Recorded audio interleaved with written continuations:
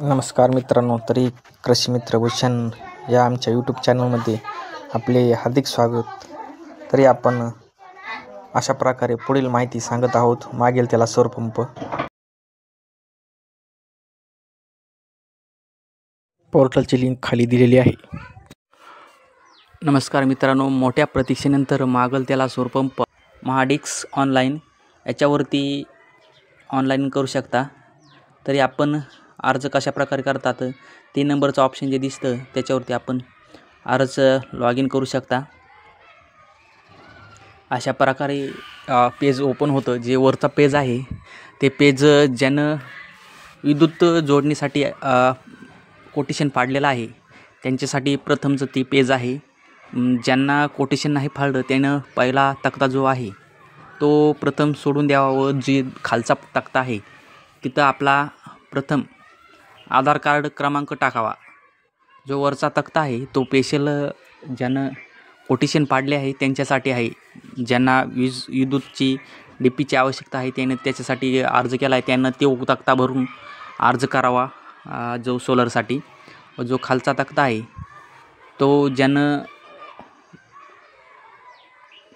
पैसे भरलेले नाहीत त्यांच्यासाठी आहे. ज्यानं कोटेशनला अर्ज केला नाही त्यांच्यासाठी आहे. तो खालचा अर्ज जो आहे त्याच्यामध्ये आपण प्रथम तुमचा आधार क्रमांक टाका. आधार क्रमांक टाकल्याच्या नंतर तुमचा जिल्हा टाका.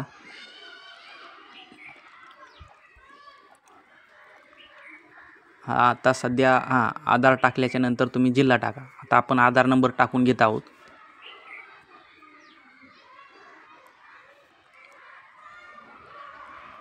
आधार टाकल्याच्या नंतर खाली जिल्हा आहे तो जिल्हा आपला टाकून घ्या.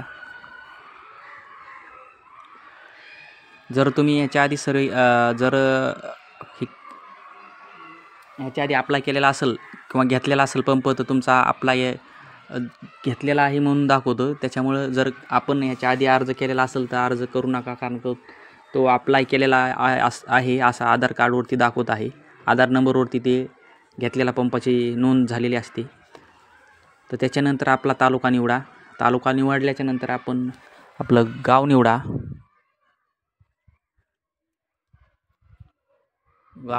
गाव निवडल्याच्या नंतर आपला सर्वे नंबर, तो सर्वे नंबर सुद्धा असा असायला पाहिजे. फक्त 40, 45, 50 असा असेल तरच हा अर्ज घेतला जातो, नाही नसता घेतला जात नाही. समज 18/अ किंवा 18/ई जर असा असेल तर हा फॉर्म घेत नाही. सगळ्यात मोठा सध्या शेतकऱ्यांचा लॉस तर इथंच होत आहे, कारण की हा ऑब्लिकमध्ये ईमध्ये जर असेल तर हा सर्वे नंबर घेतला जात नाही. त्याच्यामुळे बहुतांश शेतकरी याच्यापासून वंचित राहू शकतात. आणि ज्यांचा ऑब्लिक नसता 40 सर्वे नंबर असेल तर त्याचा ऑटोमॅटिक जेवढी जमीन आहे ती सगळं डाटा ऑलरेडी दाखवला जातो. जो दुसरा तक्ता ते भरल्याच्या मध्ये खाली तुम्ही आपला एक तक्ता आहे, घर क्रमांक, तक्ता तिथं आपण गाव, भरू शकता. तालुका या अशा प्रकारे पॅन नंबर असे विचारलेले असते, पण बाकीचं टाकायची गरज नाही. ज्याला लाल रंगाची खूण आहे तेच तक्ते भरायचे आहेत. असं भरल्याच्या नंतर सर्व माहिती भरून घेतल्याच्या नंतर आपण पुन्हा तिसऱ्या तक्त्याकडे जाऊ. अशा प्रकारे तिथं आपला गावाचा पत्ता विचारलेला आहे दुसऱ्या तक्त्यामध्ये. तर आपला घर क्रमांक,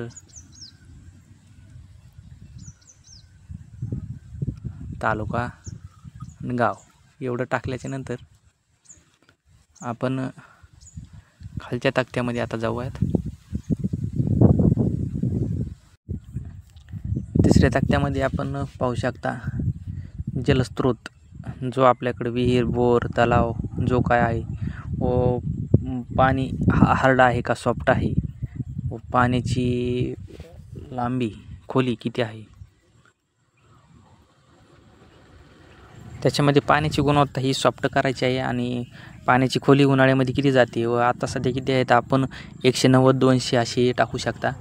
व नंतर बाकीची काही एवढी जी लाल ह्याची माहिती दिलेली तेवढीच भरू शकतो. व नंतर आपण खालच्या तक्त्यामध्ये जाऊ.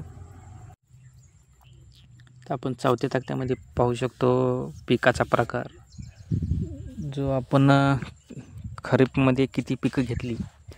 तर आपण खरीपमध्ये 2 किंवा 3 खरीप हंगामात 1, 2 किंवा 3 पिकं घेतली. खरीप व रब्बी अशा प्रकारे खरीप करून 2-2, 3-3 पिकं करून टाकायची. अशा प्रकारे 2-2 किंवा 1-1 तुमच्या आकाराने जे करायचे ते करू शकता तुम्ही. खरीपमध्ये किती प्रकारचे पिकं घेतली होती ती.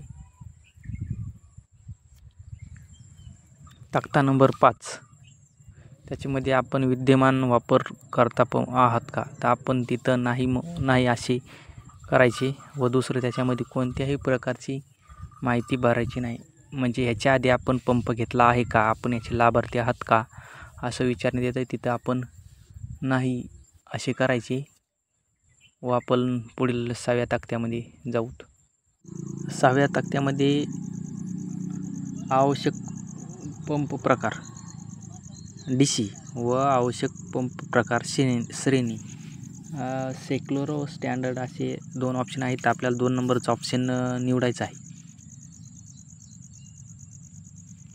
आणि तो तक्ता भरल्याच्या नंतर खालचा शेवटचा जो तक्ता आहे त्याच्यामध्ये आपल्या बँकेची माहिती,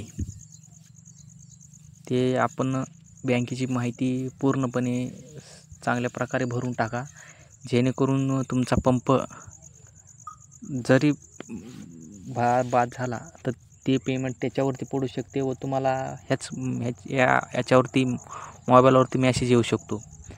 त्याच्या खाली नंतर आपण आपले डॉक्युमेंट हे 500 KB आत डाउनलोड करायचे.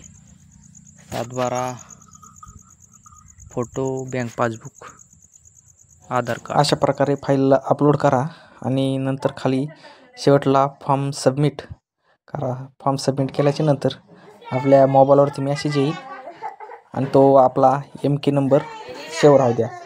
तुम्हाला 1 ते 1.5 महिन्यामध्ये पेमेंटचा ऑप्शन येऊन जाईल. धन्यवाद शेतकरी मित्रांनो.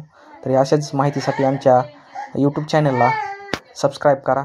जय जवान जय किसान.